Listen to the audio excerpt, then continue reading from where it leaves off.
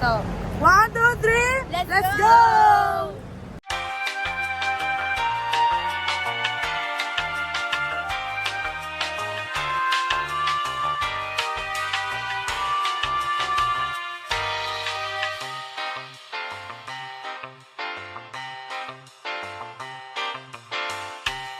Hi guys! So, natakaroon diri dapit sa Rotonda and mag-interview ta kay sir na nagbaligya og paintings diri sa gilid sa dalan tapos dito.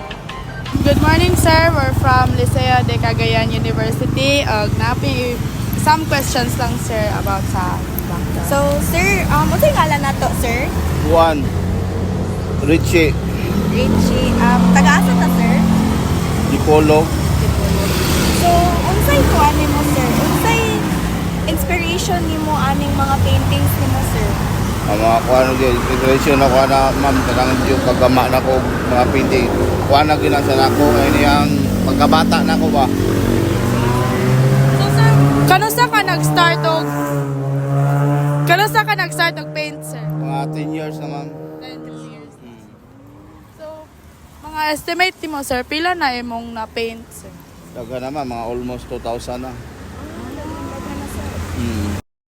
Ginabiyahe mo gano'n mo sir? Oo. Biyahe na ko na siya. Tibuok, Mindanao. So, diri sa Cagayan sir, like mo, paano po din ka? Oo, Kasi tama. sarod din mo sir. Balik na po rin sa mua, sa Dipolo. Sir, unsay mong like favorite nga na-paint na sir? Abstract. Abstract. So, guys, ang timeline ni Sir Dari sa pag-interview na mo kay Sir Richie is from morning to afternoon. Then, muli din sila pa Dipolog. So, naa sila yung service right here to pick up these artworks. And also, amidst the sun, here, makita yun natin ang dedication sa pag-share sa mga tao ang ilang paintings right here.